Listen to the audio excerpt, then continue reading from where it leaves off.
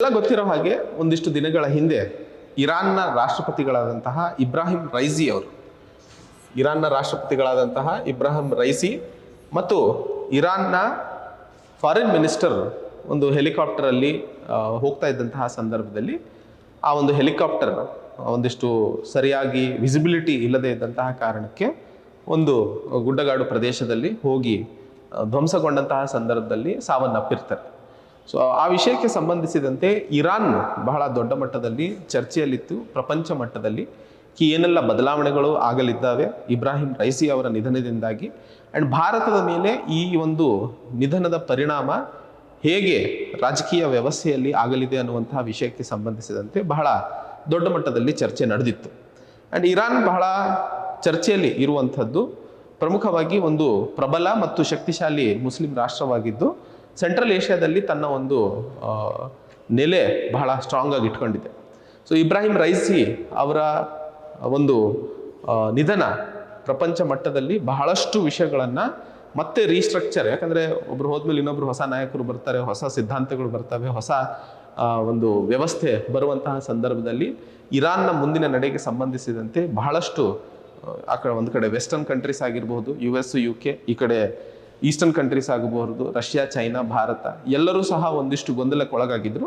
But hour ಮುಂದಿನ ದಿನಗಳಲ್ಲಿ ಇರಾನ್ನಲ್ಲಿ ಆಗುವಂತಹ ರಾಜಕೀಯ ಬದಲಾವಣೆಗಳು ಮತ್ತು ರಾಜಕೀಯ ವ್ಯವಸ್ಥೆ ಯಾವ ರೀತಿಯಲ್ಲಿ ಮುನ್ಸಾಗಲಿದೆ ಅನ್ನುವಂಥದ್ದನ್ನು ಎರಡನೇ ಹಂತದಲ್ಲಿ ಚರ್ಚೆ ಮಾಡೋಣ. ಆದರೆ ಭಾರತ ಮತ್ತು ಇರಾನ್ನ ನಡುವೆ ಸಂಬಂಧಿತ ಚರ್ಚೆಗೆ ಬಂದಾಗ ಪ್ರಮುಖವಾಗಿ ನಾವು ಮಾತಾಡುವಂಥದ್ದು ಚಾಬಾರ್ ಪೋರ್ಟ್ನ ಬಗ್ಗೆ. ಚಾಬಾರ್ ಪೋರ್ಟ್ ನಾವು ಸೆಂಟ್ರಲ್ ಏಷ್ಯಾಗೆ ಭಾರತಕ್ಕೆ ಒಂದು ದಾರಿ ಅಥವಾ ಡೋರ್ ಅಂತಲೇ ಹೇಳಬಹುದು. ಅಂದರೆ ಭಾರತ ಏನಾದರೂ ಸೆಂಟ್ರಲ್ ಏಷ್ಯಾಗೆ ನುಗ್ಗಬೇಕು ಅಥವಾ ಒಳಗೆ ಹೋಗಬೇಕು ಅಂತಂದರೆ ಚಾಬಾರ್ ಪೋರ್ಟ್ ಭಾರತದ ಒಂದು ಬಾಗಿಲು ಆಗಿರುವಂಥದ್ದು. ಸೊ ಆ ಒಂದು ನಿಟ್ಟಿನಲ್ಲಿ ಚಾಬಾರ್ ಪೋರ್ಟ್ಗೆ ಸಂಬಂಧಿಸಿದಂತೆ ಇವತ್ತಿನ ಈ ಒಂದು ಸಂಚಿಕೆಯನ್ನು ನಾವು ಚರ್ಚೆ ಮಾಡ್ತಾ ಇರುವಂಥದ್ದು. ಚಾಬಾರ್ ಪೋರ್ಟಿಗೆ ಸಂಬಂಧಿತವಾಗಿ ಮೊದಲನೇದಾಗಿ ಮ್ಯಾಪ್ನ ತಿಳ್ಕೊಳ್ಳೋಣ. ನಾವು ಭಾರತದ ಪಕ್ಕದಲ್ಲಿ ಇರುವಂತಹ ಭಾಗ ಪಾಕಿಸ್ತಾನ ಆಗಿರುತ್ತದೆ. ಅದರ ಮೇಲ್ಗಡೆ ಇರುವಂಥದ್ದು ಅಫ್ಘಾನಿಸ್ತಾನ್, ಇದು ಹೌದಾ. ಅದರ ಪಕ್ಕದಲ್ಲಿ ಇರುವಂಥದ್ದು ಇರಾನ್. ಸೊ ಪಾಕಿಸ್ತಾನ್, ಅಫ್ಘಾನಿಸ್ತಾನ್ ಹಾಗೂ ಇರಾನ್. ಈಗ ನಾವು ಏನು ಪೋರ್ಟ್ ಬಗ್ಗೆ ಮಾತಾಡ್ತಾ ಇದ್ದೀವಲ್ಲ, ಈ ಹಡಗು ತೋರಿಸಿರುವಂತಹ ಜಾಗದಲ್ಲಿ ಇರುವಂಥದ್ದು ಚಾಬಾರ್ ಪೋರ್ಟ್. ಚಾಬಾರ್ ಬಗ್ಗೆ ಸಂಕ್ಷಿಪ್ತವಾಗಿ ವಿವರಣೆಯನ್ನು ಚರ್ಚೆ ಮಾಡೋಣ. ನೆಕ್ಸ್ಟ್ ಎರಡನೇ ಹಂತದಲ್ಲಿ ಪಾಕಿಸ್ತಾನದಲ್ಲಿ ಇಲ್ಲೇ ಪಕ್ಕದಲ್ಲಿ ಕಟ್ತಾ ಇರುವಂಥದ್ದು ಗ್ವಾದಾರ್ ಪೋರ್ಟ್.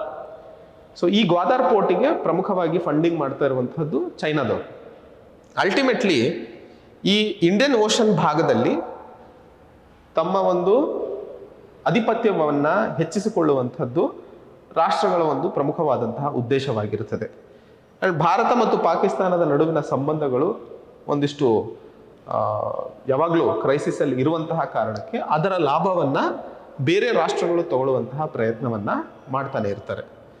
ಈಗ ಅಂತಾರಾಷ್ಟ್ರೀಯ ವ್ಯವಸ್ಥೆಯಲ್ಲಿ ಅಥವಾ ಯಾವುದೇ ಆರ್ಥಿಕ ವ್ಯವಸ್ಥೆಯಲ್ಲಿ ವ್ಯಾಪಾರ ಅನ್ನುವಂಥದ್ದು ಬಹಳ ಪ್ರಮುಖವಾದಂತಹ ಪಾತ್ರವನ್ನು ವಹಿಸುತ್ತೆ. ಆ್ಯಂಡ್ ನಮ್ಮ ವ್ಯಾಪಾರವನ್ನು ಹೆಚ್ಚಿಸುವಂತಹ ಕಡೆಗೆ ಅಥವಾ ನಮ್ಮ ವ್ಯಾಪಾರವನ್ನು ಪ್ರಪಂಚದಾದ್ಯಂತಕ್ಕೆ ಒಯ್ಯಬೇಕು ಅಂತಂದಾಗ ನಾವು ಅತಿ ಕಡಿಮೆ ದರದಲ್ಲಿ ಹೆಚ್ಚಿನ ವಸ್ತುಗಳನ್ನು ಹೇಗೆ ಬೇರೆ ರಾಷ್ಟ್ರಗಳಿಗೆ ಕಳಿಸಬಹುದು ಅನ್ನುವಂಥದ್ದನ್ನು ಆಲೋಚನೆ ಮಾಡಬೇಕಾಗುತ್ತೆ. ಹಾಗೆ ಭಾರತವು ಸೆಂಟ್ರಲ್ ಏಷ್ಯಾದಲ್ಲಿ ಇರುವಂತಹ ರಾಷ್ಟ್ರಗಳೊಂದಿಗೆ ವ್ಯಾಪಾರವನ್ನು ಹೆಚ್ಚಿಸುವಂಥದ್ದು, ಅದರಲ್ಲಿ ಪ್ರಮುಖವಾಗಿ ಅಫ್ಘಾನಿಸ್ತಾನದೊಂದಿಗೆ ವ್ಯಾಪಾರವನ್ನು ಹೆಚ್ಚಿಸುವಂತಹ ಉದ್ದೇಶದೊಂದಿಗೆ ಚಾಬಾರ್ ಪೋರ್ಟ್ನ ಸಂಬಂಧಿತ ಒಂದು ವಿಷಯ ಶುರುವಾಗಿದ್ದು 1970ರ ದಶಕದಲ್ಲಿ. ಅಲ್ಲಿಂದ ಶುರು ಮಾಡೋಣ, ಏನಾಯಿತು ಇಲ್ಲಿವರೆಗೂ, ಯಾಕೆ ನಾವು ಇವತ್ತಿಗೂ ಅದರ ಬಗ್ಗೆ ಇನ್ನೂ ಚರ್ಚೆಯಲ್ಲಿ ಇದ್ದೀವಿ ಅಂತ ಹೇಳಿ. ಬಟ್ ಇದರ ಎಸೆನ್ಸ್, ಇದ್ರದ್ದು ಏನು ಪ್ರಾಮುಖ್ಯತೆ ಅನ್ನುವಂಥದ್ದನ್ನು ತಿಳ್ಕೊಳ್ಳಿ. ಭಾರತದ ಉದ್ದೇಶ ಸೆಂಟ್ರಲ್ ಏಷ್ಯಾ, ಅದರಲ್ಲಿ ಪ್ರಮುಖವಾಗಿ ಅಫ್ಘಾನಿಸ್ತಾನದೊಂದಿಗೆ ವ್ಯಾಪಾರವನ್ನು ಹೆಚ್ಚಿಸುವಂತಹ ಕಡೆಗೆ, ಬಿಕಾಸ್ ಪಾಕಿಸ್ತಾನ ಈ ಕಡೆಯಿಂದ ಒಳಗೆ ಹೋಗಕ್ಕೆ ಬಿಡಲ್ಲ. ಪಾಕಿಸ್ತಾನ್ ಭಾರತಕ್ಕೆ ಒಳ್ಳೇದಾಗಿಲ್ಲ ಅಂದ್ರೂ ಪಾಕಿಸ್ತಾನ ಯಾವಾಗಲೂ ನನಗೆ ಒಳ್ಳೇದಾಗಿಲ್ಲ ಅಂದ್ರೂ ಪರವಾಗಿಲ್ಲ, ಭಾರತಕ್ಕೆ ಮಾತ್ರ ಒಳ್ಳೇದಾಗಬಾರ್ದು ಅನ್ನುವಂತಹ ಮನಸ್ಥಿತಿ ಇರುವಂತಹ ಒಂದು ರಾಷ್ಟ್ರ. ಸೊ ಅವರು ಉದ್ಧಾರ ಆಗಲ್ಲ, ಹಾಗಂತ ಉದ್ಧಾರ ಆಗೋವರೆಗೂ ಬಿಡೋದಕ್ಕೆ ಮುಂದಾಗಲ್ಲ. ಹಾಗಂತೇಳಿ ನಾವೇನು ಹಿಂದೆ ನಿಂತಿಲ್ಲ, ನಾವು ಪ್ರಗತಿಪರ ರಾಷ್ಟ್ರವಾಗಿದ್ದು ಹಾಗೂ ಬುದ್ಧಿವಂತರಾಗಿದ್ದು ಮುಂದೆ ನಡೀತಾ ಇದ್ದೀವಿ. ಅಲ್ಲೇ ನಾವು ಚಾಬಾರ್ ಪೋರ್ಟ್ ಅನ್ನುವಂತಹ ಒಂದು ಹಾದಿಯನ್ನು ಹುಡ್ಕೊಂಡ್ವಿ. ಈಗ ಈ ಮ್ಯಾಪನ್ನು ನೋಡಿದಂತಹ ಸಂದರ್ಭದಲ್ಲಿ ಈ ಚಾಬಾರ್ ಪೋರ್ಟ್ ಅನ್ನುವಂಥದ್ದು ಪ್ರಮುಖವಾಗಿ ಇದು ಈ ಭಾಗ ಅಥವಾ ಇದೇನಿದೆಯಲ್ಲ ಇದು ಒಮಾನ್ ಆಗಿರುವಂಥ ಒಮಾನ್ ರಾಷ್ಟ್ರ. ಸೊ ಈ ಒಂದು ಸಮುದ್ರ ಏನು ಕಾಣಿಸ್ಕೊಳ್ತಿದ್ರು ಇದನ್ನ ಗಲ್ಫ್ ಆಫ್ ಒಮಾನ್ ಅಂತಾನೆ ಕರಿತೀವಿ. ಈ ಒಮಾನ್ ಮತ್ತೆ UAE ನಡುವೆ ಏನು ಒಂದು ಪೀಕ್ ತರ ಅಥವಾ ಇಲ್ಲಿ ಎಂಟ್ರಿ ಏನು ಕಾಣಿಸ್ಕೊಳ್ತೀವಿ, ಇದು ಪರ್ಷಿಯನ್ ಗಲ್ಫ್ ಈ ಕಡೆ ಇರುವಂಥದ್ದು ಸಮುದ್ರ, ಈ ಕಡೆ ಗಲ್ಫ್ ಆಫ್ ಒಮಾನ್. ಈ ಗಲ್ಫ್ ಆಫ್ ಒಮಾನ್ ಮತ್ತೆ ಪರ್ಷಿಯನ್ ಗಲ್ಫ್ನ ಕನೆಕ್ಟ್ ಮಾಡುವಂತಹ ಒಂದು ಭಾಗವನ್ನ, ಸಣ್ಣದು ಭಾಗ ಇದೆ ಇಲ್ಲಿ, ಇದನ್ನ ಸ್ಟ್ರೇಟ್ ಆಫ್ ಹಾರ್ಮುಝ್ ಅಂತ ಕರಿತೀವಿ. ಜಾಗ್ರಫಿಯಲ್ಲಿ ನಿಮಗೆ ಪ್ರಿಲಿಮ್ಸ್ ಅಲ್ಲಿ ಕೇಳ್ಬೋದು, ಸ್ಟೇಟ್ ಆಫ್ ಹಾರ್ಮುಝ್ ಅನ್ನುವಂತಹ ಒಂದು ಸ್ಟ್ರೇಟ್ ಯಾವ ಎರಡು ಸಮುದ್ರಗಳನ್ನ ಅಥವಾ ಯಾವ ಎರಡು ಭಾಗಗಳನ್ನ ಕನೆಕ್ಟ್ ಮಾಡುತ್ತೆ. ಸೊ ಪರ್ಷಿಯನ್ ಗಲ್ಫ್ ಒಂದು ಕಡೆ, ಗಲ್ಫ್ ಆಫ್ ಒಮಾನ್ ಇನ್ನೊಂದು ಕಡೆ, ಇವೆರಡನ್ನು ಕನೆಕ್ಟ್ ಮಾಡುವಂಥದ್ದು strait of Hormuz. Places in news ಅಲ್ಲಿ ನಾವು ಪ್ರಿಲಿಮ್ಸ್ ಅಲ್ಲಿ ನೋಡಬಹುದು. ಸೊ ಈ ಸ್ಟ್ರೇಟ್ ಆಫ್ ಹಾರ್ಮುಝ್ ಹತ್ರ ನಾವು ಈ ಚಾಬಾರ್ ಪೋರ್ಟ್ ಅನ್ನು ಕಟ್ತಾ ಇದ್ದೀವಿ. ಸೊ ಭಾರತದಿಂದ ಸಮುದ್ರದ ಮೂಲಕ ಚಾಬಾರ್ ಪೋರ್ಟ್ ವರೆಗೂ ವಸ್ತುಗಳನ್ನು ಸಾಗಣೆ ಮಾಡ್ತಾರೆ. ಚಾಬಾರಿಂದ ಜರಾಂಜ್ ಅನ್ನುವಂತಹ ಒಂದು ಭಾಗಕ್ಕೆ ನೆಕ್ಸ್ಟ್ ವಸ್ತುಗಳನ್ನು ಮುಂದೊಯ್ಯುವಂಥದ್ದು. ಜರಾಂಜಿಂದ ಅಫ್ಘಾನಿಸ್ತಾನದ ಕರಾಚಿಗೆ ಮತ್ತೆ ವಸ್ತುಗಳನ್ನು ಸಾಗಾಣಿಕೆ ಮಾಡುವಂಥದ್ದು. ಸೊ ಇದೊಂದು ಸಮುದ್ರ, ರೈಲು ಮತ್ತೆ ರೋಡು, ಈ ಮೂರು ಸಾಧನಗಳನ್ನು ಅಥವಾ ಈ ಮೂರು ಟ್ರೇಡ್ ಲಿಂಕ್ಸ್ಗಳನ್ನು ಬಳಸಿ ಕರಾಚಿವರೆಗೂ ನಮ್ಮ ಒಂದು ವಸ್ತುಗಳನ್ನು ಒಯ್ಯುವಂಥದ್ದು ಪ್ರಮುಖವಾದಂತಹ ಉದ್ದೇಶವಾಗಿರುತ್ತದೆ.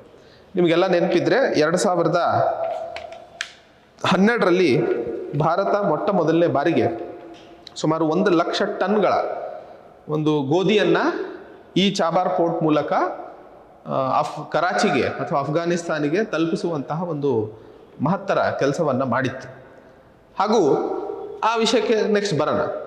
ಸೊ ಚಾಬಾರ್ ಪೋರ್ಟ್ನ ಪ್ರಾಮುಖ್ಯತೆಯನ್ನು ತಿಳ್ಕೊಂಡಂತಹ ಸಂದರ್ಭದಲ್ಲಿ ಆ್ಯಂಡ್ ಎಲ್ಲಿದೆ ಅನ್ನುವಂತಹ ಲೊಕೇಶನನ್ನು ಕಲಿತಾಗ ಚಾಬಾರ್ ಪೋರ್ಟಿಗೆ ಸಂಬಂಧಿಸಿದಂತೆ 1979ರಲ್ಲಿ ಇರಾನಿಯನ್ ರೆವಲ್ಯೂಷನ್ನ ನಂತರದಲ್ಲೇ ಪ್ರಮುಖವಾಗಿ ಭಾರತ ಮತ್ತು ಇರಾನ್ನ ನಡುವೆ ಬಹಳಷ್ಟು ಚರ್ಚೆ ಶುರುವಾಗಿತ್ತು. ಇದಕ್ಕಿಂತ ಮುಂಚೆ ಭಾರತ ಮತ್ತು ಇರಾನ್ನ ನಡುವೆ ಅಷ್ಟು ಸಂಬಂಧಗಳು ಚೆನ್ನಾಗಿರಲಿಲ್ಲ. ಬಿಕಾಸ್ ಭಾರತ ಸ್ವತಂತ್ರವನ್ನು ಪಡೆದಂತಹ ಸಂದರ್ಭದಲ್ಲಿ ನಾವು ಪ್ರತಿಪಾದಿಸಿದಂತಹ ಪ್ರಮುಖವಾದಂತಹ ಸಿದ್ಧಾಂತ ನಾನ್ ಅಲೈನ್ಮೆಂಟ್ ಮೂವ್ಮೆಂಟ್. ಭಾರತ ಸ್ವತಂತ್ರ ಬಂದಾಗ ಒಂದು ಕಡೆ ಕ್ಯಾಪಿಟಲಿಸ್ಟ್ ರಾಷ್ಟ್ರಗಳಾದಂತಹ US ಮತ್ತು UK ಇನ್ನಿತರ ರಾಷ್ಟ್ರಗಳು ಒಂದಾಗಿ ಒಂದು ಗುಂಪನ್ನು ಕಟ್ತಾ ಇದ್ರು. ಇನ್ನೊಂದು ಕಡೆ ಸೋಷಲಿಸಂ ಆಧಾರದ ಮೇಲೆ, ಕಮ್ಯುನಲಿಸಂ ಆಧಾರದ ಮೇಲೆ ಚೈನಾ, ರಷ್ಯಾ ಮತ್ತು ಇನ್ನಿತರ ರಾಷ್ಟ್ರಗಳು ಒಂದಾಗಿ ತಮ್ಮ ಸಿದ್ಧಾಂತದ ಮೇಲೆ ಒಂದಿಷ್ಟು ರಾಷ್ಟ್ರಗಳ ಗುಂಪನ್ನು ಕಟ್ತಾ ಇದ್ರು. ಆ್ಯಂಡ್ ಭಾರತ ಸ್ವತಂತ್ರಗೊಂಡಂತಹ ಸಂದರ್ಭದಲ್ಲಿ ಭಾರತದ ಎದುರಿಗಿದ್ದಂತಹ ಆಪ್ಷನ್, ನೀವು ಯಾರ ಕಡೆ ಸೇರ್ತೀರಾ ಅದ್ರ ಬೇಸಿಸ್ ಮೇಲೆ ನಿಮಗೆ ಸಪೋರ್ಟ್ ಮಾಡ್ತೀವಿ ಅನ್ನುವಂತಹ ವಿಷಯ. ಆಗಿನ ನಮ್ಮ ಪ್ರಧಾನಮಂತ್ರಿಗಳಾದಂತಹ ಜವಾಹರ್ಲಾಲ್ ನೆಹರು ಅವರು ಬುದ್ಧಿವಂತರಿದ್ದರು. ಅದಕ್ಕೆ ನಾಮ್ ಅನ್ನುವಂತಹ ಒಂದು ಸಿದ್ಧಾಂತವನ್ನು ಪ್ರತಿಪಾದಿಸಿದ್ರು, ನಾನ್ ಅಲೈನ್ಮೆಂಟ್ ಮೂವ್ಮೆಂಟ್. ನಾವು ಯಾರ ಜೊತೆನೂ ಹೋಗಲ್ಲ, ನಮ್ಮದೇ ಸ್ವಂತ ಸಿದ್ಧಾಂತಗಳ ಮೇಲೆ ನಮ್ಮ ರಾಷ್ಟ್ರವನ್ನು ಕಟ್ತೀವಿ ಅನ್ನುವಂತಹ ಒಂದಿಷ್ಟು ಬುದ್ಧಿವಂತಿಕೆಯನ್ನು ಅವರು ಉಪಯೋಗಿಸಿದ್ರು. ಬಿಕಾಸ್ US ಕಡೆ ಹೋದರೆ ಅಕ್ಕಪಕ್ಕದಲ್ಲಿರುವಂತಹ ರಷ್ಯಾ, ಚೈನಾ ಅವ್ರ ಜೊತೆ ಹೊಡೆದಾಡಬೇಕು. ರಷ್ಯಾ, ಚೈನಾ ಅವ್ರ ಜೊತೆ ಹೋದರೆ ಕ್ಯಾಪಿಟಲಿಸ್ಟ್ ಅಥವಾ ಪ್ರಗತಿಪರ ಅಭಿವೃದ್ಧಿ ಹೊಂದಿದ್ದಂತಹ ರಾಷ್ಟ್ರಗಳಾದಂತಹ US, UK ಅವ್ರ ಜೊತೆ ಹೊಡೆದಾಡಬೇಕು. ಹೊಡೆದಾಟನೇ ಬೇಡಲ್ಲ, ಏನಕ್ಕೆ ಹೊಡೆದಾಟ ಬೇಕು? ನಮ್ಮ ಭಾರತದ ಸಿದ್ಧಾಂತ ಅಲ್ಲಿ ನಮಗೆ ಉಪಯೋಗವಾಯಿತು. ಸೊ ಅವತ್ತು ನಾವು ನಾಮ್ ಸಿದ್ಧಾಂತದ ಮೇಲೆ ನಡೀತಾ ಇದ್ದಂತಹ ಸಂದರ್ಭದಲ್ಲಿ ಮತ್ತು ಸ್ವಲ್ಪ ನಾವು US ಕಡೆ ಟಿಲ್ಟೆಡ್ ಇದ್ವಿ. ಬಿಕಾಸ್ ಬಡತನ, ಅನಕ್ಷರಸ್ತೆ ಮತ್ತು ಇಲಿಟ್ರಸಿ ಮತ್ತು ಇನ್ನಿತರ ಸಾಮಾಜಿಕ ಸಮಸ್ಯೆಗಳಿಂದ ಹೊಡೆದಾಡ್ತಿದ್ದಂತಹ ಭಾರತಕ್ಕೆ ಬಹಳ ದೊಡ್ಡ ಮಟ್ಟದಲ್ಲಿ ಆರ್ಥಿಕ ಸಹಾಯದ ಅವಶ್ಯಕತೆ ಇತ್ತು. ಬಿಕಾಸ್ ಸಿದ್ಧಾಂತಗಳಿಂದ ಹೊಟ್ಟೆ ತುಂಬಲ್ಲ, ಸಿದ್ಧಾಂತಗಳಿಂದ ವ್ಯಾಲ್ಯೂಸನ್ನು ಉಳಿಸ್ಕೋಬಹುದು, ಆದರೆ ಹೊಟ್ಟೆಯನ್ನು ತುಂಬಿಸೋಕ್ಕಾಗೋದಿಲ್ಲ. ಸೊ ಹೊಟ್ಟೆ ತುಂಬಿಸ್ಕೊಳ್ಳೋದಕ್ಕೆ ದೇಶದ ಜನರ ಒಂದಿಷ್ಟು ಹಸಿವನ್ನು ನೀಗಿಸುವಂತಹ ಕಡೆಗೆ, ಅಭಿವೃದ್ಧಿಯ ಪಥದಲ್ಲಿ ಭಾರತವನ್ನು ಒಯ್ಯುವಂತಹ ಕಡೆಗೆ ಇದ್ದಂತಹ ಒಂದೇ ಒಂದು ಸೂತ್ರ ದುಡ್ಡು. ಆ್ಯಂಡ್ ದುಡ್ಡು ಇದ್ದಿದ್ದು ಆಗಿನ ಸಂದರ್ಭದಲ್ಲಿ ಎಲ್ಲ ಅಂತಾರಾಷ್ಟ್ರೀಯ ಹಣಕಾಸು ಸಂಸ್ಥೆಗಳು ಹಾಗೂ ಎಲ್ಲ ವ್ಯವಸ್ಥೆ ಇದ್ದಿದ್ದೇ US ಹತ್ರ. ಸೊ US ಕಡೆ ನಾವು ಒಂದಿಷ್ಟು ಒಲವನ್ನು ತೋರಿಸಲೇಬೇಕಿತ್ತು, ನಮಗೆ ಬೇಕಾದಂತಹ ಸಹಾಯವನ್ನು ಪಡ್ಕೊಳ್ಳೋದಕ್ಕೋಸ್ಕರ. ಆ ಒಂದು ನಿಟ್ಟಿನಲ್ಲಿ ಭಾರತ ಒಂದು ಸ್ವಲ್ಪ US ಟಿಲ್ಟೆಡ್ ಇತ್ತು. ಈ ಎರಡು ಕಾರಣಗಳಿಂದಾಗಿ 1979ರವರೆಗೂ ಪ್ರಮುಖವಾಗಿ ಭಾರತ ಮತ್ತು ಇರಾನ್ನ ನಡುವಿನ ಸಂಬಂಧಗಳು ಅಷ್ಟು ಚೆನ್ನಾಗಿರಲಿಲ್ಲ. 1979ರಲ್ಲಿ ಇರಾನಿಯನ್ ರೆವಲ್ಯೂಷನ್ ಆಯಿತು. ಇರಾನಿಯನ್ ರೆವಲ್ಯೂಷನ್ ನಂತರದಲ್ಲಿ ಪ್ರಮುಖವಾಗಿ ಭಾರತ ಮತ್ತು ಇರಾನ್ನ ನಡುವಿನ ಸಂಬಂಧಗಳು ಒಂದಿಷ್ಟು ಪ್ರಗತಿಪರವಾಗಿ ಮುನ್ಸಾಗೋದಕ್ಕೆ ಕಾರಣವಾಯಿತು. ಚಾಬಾರ್ ಅನ್ನುವಂತಹ ಜಾಗದ ಬಗ್ಗೆ ಈಗಾಗಲೇ ನಾವು ಓದಿದ್ವಿ. ಈ ಚಾಬಾರ್ ಅನ್ನುವಂಥದ್ದು ಪ್ರಮುಖವಾಗಿ ಸಿಸ್ತಾನ್ ಬಲೂಚಿಸ್ತಾನ್ ಪ್ರಾವಿನ್ಸ್ನಲ್ಲಿ ಇರುವಂಥದ್ದು. ಯಾವ ಪ್ರಾವಿನ್ಸ್ ಅಲ್ಲಿದೆ? ಸಿಸ್ತಾನ್ ಬಲೂಚಿಸ್ತಾನ್ ಪ್ರಾವಿನ್ಸ್ ಅಲ್ಲಿ ಇರುವಂತಹ ಒಂದು ಜಾಗ. ಆ್ಯಂಡ್ ಹಳೆಯ ಕಾಲದಲ್ಲಿ ಪಂಚತಂತ್ರ ಕಥೆಗಳನ್ನು ಪರ್ಷಿಯನ್ ಭಾಷೆಯಲ್ಲಿ ಇಲ್ಲಿ ಆ್ಯಕ್ಚುಲಿ ಓದ್ತಾ ಇದ್ರು ಅನ್ನುವಂತಹ ಐತಿಹಾಸಿಕ ಒಂದಿಷ್ಟು ರೆಫರೆನ್ಸಸ್ಗಳು ಸಿಕ್ಕಿದವೆ. ಆ್ಯಂಡ್ ಹಿಂದೂಸ್ತಾನಿ ಉರ್ದು ಭಾಷೆಯನ್ನು ಸಹ ಈ ಭಾಗದಲ್ಲಿ ಮಾತಾಡುವಂತಹ ಒಂದು ಡೈಲೆಕ್ಟನ್ನು ಕಾಣಿಸ್ಕೊಳ್ತಾ ಇರುವಂತಹ ಸಂದರ್ಭದಲ್ಲಿ ಭಾರತ ಮತ್ತು ಈ ಭಾಗದ ನಡುವಿನ ಸಂಬಂಧಗಳನ್ನು ತೋರಿಸುವಂತಹ ಅಥವಾ ಸನ್ನಿಹಗಳು ನಮಗಿಲ್ಲಿ ಆರಾಮಾಗಿ ಸಿಗ್ತಾ ಇದ್ದವು. ಸೊ 1979ರಲ್ಲಿ ಇರಾನಿಯನ್ ರೆವಲ್ಯೂಷನ್ ಅಥವಾ 70ರ ದಶಕದಲ್ಲಿ ಮೊದಲನೇ ಬಾರಿಗೆ ಇರಾನ್ನ ಶಾ ಆದಂಥವರು ಈ ಭಾರತ ಮತ್ತು ಇರಾನ್ನ ನಡುವೆ ಈ ಚಾಬಾರ್ ಪೋರ್ಟಿಗೆ ಸಂಬಂಧಿಸಿದಂತೆ ಒಂದು ಪ್ರಮುಖವಾದಂತಹ ಪ್ರಸ್ತಾಪವನ್ನು ಮುಂದಿಕ್ಕಿದ್ರು. ಆ್ಯಂಡ್ ಈ ಒಂದು ಚಾಬಾರ್ ಅನ್ನುವಂಥದ್ದು ವಾರ್ಮ್ ವಾಟರ್ ಪೋರ್ಟ್ ಆಗಿರುತ್ತದೆ ಅನ್ನುವಂಥದ್ದನ್ನು ಸಹ ನೆನ್ಪಿಟ್ಕೊಳ್ಳಿ. ವಾರ್ಮ್ ವಾಟರ್ ಪೋರ್ಟ್ ಅಂದ್ರೆ ಏನು? ಇಲ್ಲಿನ ನೀರು ಯಾವತ್ತಿಗೂ ಮಂಜುಗಡ್ಡೆ ಆಗೋದಿಲ್ಲ. ಅಂದರೆ ವರ್ಷ ಪೂರ್ತಿ ಇಲ್ಲಿ ನಾವು ವ್ಯಾಪಾರವನ್ನು ಮಾಡುವಂತಹ ಅವಕಾಶಗಳಿದಾವೆ. ಕೋಲ್ಡ್ ವಾಟರ್ ಪೋರ್ಟ್ ಅಂತಲೂ ಇರ್ತಾವೆ. ಅಂದರೆ ವರ್ಷದಾಗ 6 ತಿಂಗಳು ಅವು ಮಂಜಿನಿಂದ ಆವರಿಸ್ಕೊಂಡಂತಹ ಸಂದರ್ಭದಲ್ಲಿ ಯಾವುದೇ ವ್ಯಾಪಾರ ಅಥವಾ ಹಡಗುಗಳು ಓಡಾಡೋದಕ್ಕೆ ಸಾಧ್ಯವಾಗೋದಿಲ್ಲ. ಸೊ ಈ ಚಾಬಾರ್ ಅನ್ನುವಂಥದ್ದು ಒಂದು ವಾರ್ಮ್ ವಾಟರ್ ಪೋರ್ಟ್ ಆಗಿರುತ್ತದೆ. ಸೊ 1970ರ ದಶಕದಲ್ಲಿ ಇರಾನ್ನ ಶಾ ಆದಂಥವರು ಈ ಒಂದು ಐಡಿಯಾವನ್ನು ಕೊಟ್ಟಿದ್ರು ಈ ಚಾಬಾರ್ ಪೋರ್ಟ್ ಅನ್ನುವಂಥದ್ದನ್ನು ಕಟ್ಟಬೇಕು. ಆ ವಿಷಯಕ್ಕೆ ಸಂಬಂಧಿಸಿದಂತೆ 1993ರಲ್ಲಿ ನರಸಿಂಹರಾವ್ ಅವರು ಪ್ರಧಾನಮಂತ್ರಿಗಳಾಗಿದ್ದಂತಹ ಸಂದರ್ಭದಲ್ಲಿ ಇರಾನಿಗೆ ಭೇಟಿ ಕೊಡ್ತಾರೆ. ಹಾಗೂ ಈ ವಿಷಯಕ್ಕೆ ಸಂಬಂಧಿಸಿದಂತೆ ಚರ್ಚೆ ನಡೆಯುತ್ತೆ. ಬಟ್ ಇದ್ರ ಬಗ್ಗೆ ಬಹಳ ದೊಡ್ಡ ಮಟ್ಟದಲ್ಲಿ ಸೀರಿಯಸ್ ಆಗಿ ಕೆಲಸ ನಡೆಯುವಂಥದ್ದು 2001ರಲ್ಲಿ ಪ್ರಧಾನಮಂತ್ರಿಗಳಾದಂತಹ ವಾಜಪೇಯಿ ಅವರು ಇರಾನಿಗೆ ಭೇಟಿ ಕೊಟ್ಟು 2003ರಲ್ಲಿ ಆಗಿನ ಮೊಹಮ್ಮದ್ ಖತಮಿ ಅನ್ನುವಂತಹ ರಾಷ್ಟ್ರಪತಿಗಳು ಭಾರತಕ್ಕೆ ರಿಪಬ್ಲಿಕ್ ಡೇ ಪರೇಡಿಗೆ ಅಧ್ಯಕ್ಷರಾಗಿ ಬಂದಂತಹ ಸಂದರ್ಭದಲ್ಲಿ ಡೆಲ್ಲಿ ಡಿಕ್ಲರೇಷನ್ 2003ರಲ್ಲಿ ಮೊಹಮ್ಮದ್ ಖತ್ಮಿ ಅವರು ಭಾರತಕ್ಕೆ ಭೇಟಿ ಕೊಟ್ಟಂತಹ ಸಂದರ್ಭದಲ್ಲಿ ಒಂದು ಡೆಹಲಿ ಡಿಕ್ಲರೇಷನ್ ಅನ್ನು ಭಾರತ ಮತ್ತು ಇರಾನ್ ಸೈನ್ ಮಾಡುತ್ತೆ. ಇದರ ಅಡಿಯಲ್ಲಿ ಚಾಬಾರ್ ಪೋರ್ಟನ್ನು ಬೆಳೆಸುವಂತಹ ಒಂದು ಪ್ರಮುಖವಾದಂತಹ ಉದ್ದೇಶವನ್ನು ಪ್ರಸ್ತಾಪ ಮಾಡಲಾಯಿತು. ಪ್ರಮುಖವಾಗಿ ಸೆಂಟ್ರಲ್ ಏಷ್ಯಾ ಮತ್ತು ಯುರೋಪ್ ಭಾಗಗಳಿಗೆ ಕನೆಕ್ಟ್ ಮಾಡುವಂತಹ ಉದ್ದೇಶದೊಂದಿಗೆ ಈ ಒಂದು ಚಾಬಾರ್ ಪೋರ್ಟನ್ನು ಡೆವಲಪ್ ಮಾಡುವಂತಹ ಒಂದು ಪ್ರಮುಖವಾದಂತಹ ಪ್ರಸ್ತಾಪವನ್ನು ಇಡಲಾಯಿತು. ಇದಲ್ಲದೆ 2005ರಲ್ಲಿ ಪ್ರಮುಖವಾಗಿ 2002ರ ನಂತರದಲ್ಲಿ 3ರ ನಂತರದಲ್ಲಿ 2005ರಲ್ಲಿ ಆಬ್ವಿಯಸ್ಲಿ ನಾವು ಹಡಗಿನಲ್ಲಿ ಚಾಬಾರ್ವರೆಗೂ ಹೋಗ್ತೀವಿ. ಆದರೆ ಅಲ್ಲಿಂದ ರೋಡು ಬೇಕಲ್ಲ. ಸೊ ಆ ಕಾರಣಕ್ಕೆ ಜರಾಂಜ್ ದೇಲಾರಾಮ್ ಹೈವೇ ಅನ್ನು ಕಟ್ಟೋದಕ್ಕೆ ಭಾರತ ತನ್ನ ಕೆಲಸವನ್ನು ಶುರು ಮಾಡಿತು 2005ರಲ್ಲಿ. ಆ್ಯಂಡ್ ಆ ಹೈವೇ ಕಟ್ಟಬೇಕಾದ್ರೆ ಭಾರತೀಯ ಸೇನಾಪಡೆಯ ಅಥವಾ ಭಾರತೀಯ ಸುರಕ್ಷಾ ಪಡೆಯ 135 ಜನ ಸಾವನ್ನಪ್ತಾರೆ. ಹಾಗಿದ್ದರೂ ಸಹ ನಾವು ಸಕ್ಸಸ್ಫುಲ್ ಆಗಿ ರೋಡನ್ನು ಕಂಪ್ಲೀಟ್ ಮಾಡ್ತೀವಿ. ಅದಾದ ಮೇಲೆ 2010ರ ನಂತರದಲ್ಲಿ ಇರಾನ್ನ ನ್ಯೂಕ್ಲಿಯರ್ ಪ್ರೋಗ್ರಾಮ್ಸಿಗೆ ಸಂಬಂಧಿಸಿದಂತೆ US ಬಹಳಷ್ಟು ಸಮಸ್ಯೆಗಳಿತ್ತು. ಆ್ಯಂಡ್ US ಇರಾನ್ನ ಮೇಲೆ ಸ್ಯಾಂಕ್ಷನ್ಸ್ ಹಾಕುವಂತಹ ಭಯವನ್ನು ಸೋರಿಸೋದಕ್ಕೆ ಶುರು ಮಾಡಿತು.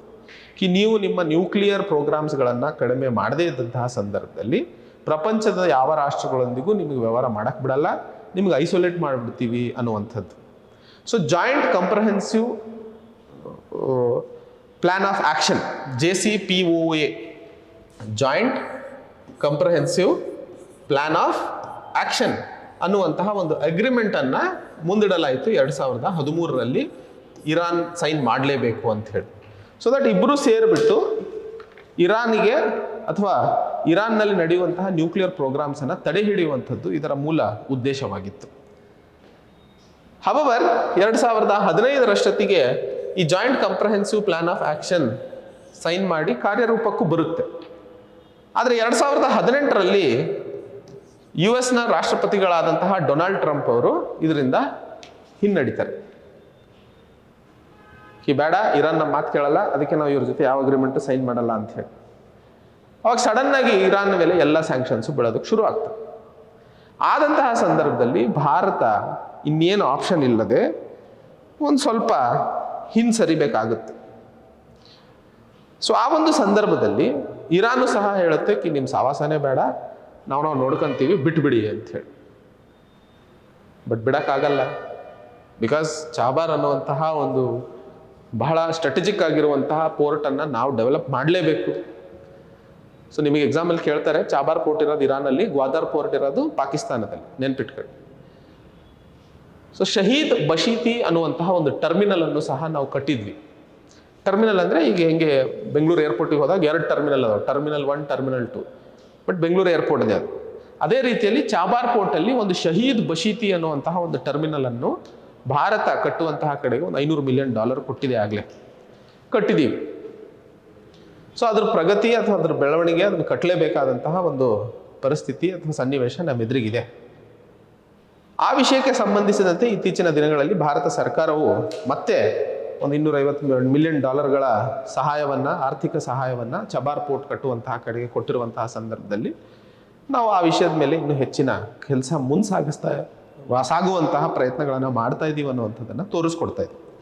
ಸೊ ಚಾಬಾರ್ ಪೋರ್ಟ್ ಭಾರತದ ಒಂದು ಕನಸಾಗಿರುವಂಥದ್ದು 1970 ನಾವು ನಡೆಸ್ಕೊಂಡು ಬಂದಿದ್ದೀವಿ. ಸೊ ಇಬ್ರಾಹಿಂ ರೈಸಿ ಅವರ ಒಂದು ಸಂಬಂಧ ಭಾರತದ ಜೊತೆಯಲ್ಲಿ ಒಂದು ಹಂತಕ್ಕೆ ಬಂದು ನಿಂತಿತ್ತು. ಆದರೆ ಅವರ ನಿಧನದಿಂದಾಗಿ ಮತ್ತೆ ನಾವು ಎಲ್ಲಿ ಶೂನ್ಯಕ್ಕೆ ಹಾವು ಎಣೆ ಆಟದ ಥರ ಮತ್ತೆ ಎಲ್ಲಿ ನಾವು ಹಿಂದೋಗಿ ಫಸ್ಟಿಗೆ ಕುತ್ಕೋತೀವಿ ಅನ್ನುವಂತಹ ಒಂದಿಷ್ಟು ಸಂಕೋಚಗಳು ಭಾರತದ ಅಂತಾರಾಷ್ಟ್ರೀಯ ವ್ಯವಸ್ಥೆಯಲ್ಲಿ ಇರುವಂಥದ್ದು. ಬಟ್ ನೋಡೋಣ, ಹೊಸ ನಾಯಕರು ಯಾರು ಬರ್ತಾರೆ, ಯಾವ ರೀತಿ ಅದು ಮುಂದೆ ಸಾಗಲಿದೆ, ಆ್ಯಂಡ್ ಹಿಂದಿನ ಲೆಗಸಿಯನ್ನು ಮುಂದೆ ನಡೆಸ್ಕೊಂಡು ಹೋಗ್ತಾರೆ ಅಥವಾ ಅವರೇ ಒಂದು ಹೊಸ ಆಟ ಶುರು ಮಾಡ್ತಾರೆ ಅನ್ನುವಂಥದ್ದು ಕಾದು ನೋಡಬೇಕಾಗಿರುವಂತಹ ವಿಷಯ. ಬಟ್ ಚಾಬಾರ್ ಪೋರ್ಟಿಗೆ ಸಂಬಂಧಿಸಿದಂತೆ ಒಂದಿಷ್ಟು ಸಮಗ್ರ ಮಾಹಿತಿ ನಿಮ್ಮೆದುರಿಗೆ ಇಷ್ಟು ಇರಬೇಕಾಗಿರುವಂಥದ್ದು. ಆ್ಯಂಡ್ ಭಾಳ ಸಿಂಪಲ್ ಆಗಿ ಇಷ್ಟು ನೆನ್ಪಿಟ್ಕೊಳ್ಳಿ. ಓಕೆ, ಸೊ ಹೋಪ್ಫುಲಿ ಈ ಒಂದು ಇಶ್ಯೂ ನಿಮಗೆ ನೆನಪಿರುತ್ತೆ. ಸೊ ದಟ್ ನಾಳೆ ನೀವು ಯಾವುದೇ ನ್ಯೂಸ್ ಪೇಪರಲ್ಲಿ ಚಾಬಾರ್ ಪೋರ್ಟಿಗೆ ಸಂಬಂಧಿಸಿದಂತೆ ಏನು ಭಾರತದ ನಡುವೆ ಇರುವಂತಹ ಸಂಬಂಧ ಅಥವಾ ವಿಷಯ ಅಂತಂದಾಗ ಒಂಚೂರು ಚೆನ್ನಾಗಿ ಹೇಳ್ತೀರಾ ಅನ್ನುವಂತಹ ನಂಬಿಕೆ. ಓಕೆ, ಸೊ ಈ ಒಂದು ಸಂಚಿಕೆಯನ್ನು ಇಲ್ಲಿಗೆ ಮುಗಿಸ್ತೀನಿ. ಮತ್ತೆ ಹೊಸ ಸಂಚಿಕೆಯಲ್ಲಿ ಹೊಸ ವಿಷಯವನ್ನು ಚರ್ಚೆ ಮಾಡೋದಕ್ಕೆ ಭೇಟಿಯಾಗೋಣ. ಜೈ ಹಿಂದ್, ಜೈ ಕರ್ನಾಟಕ.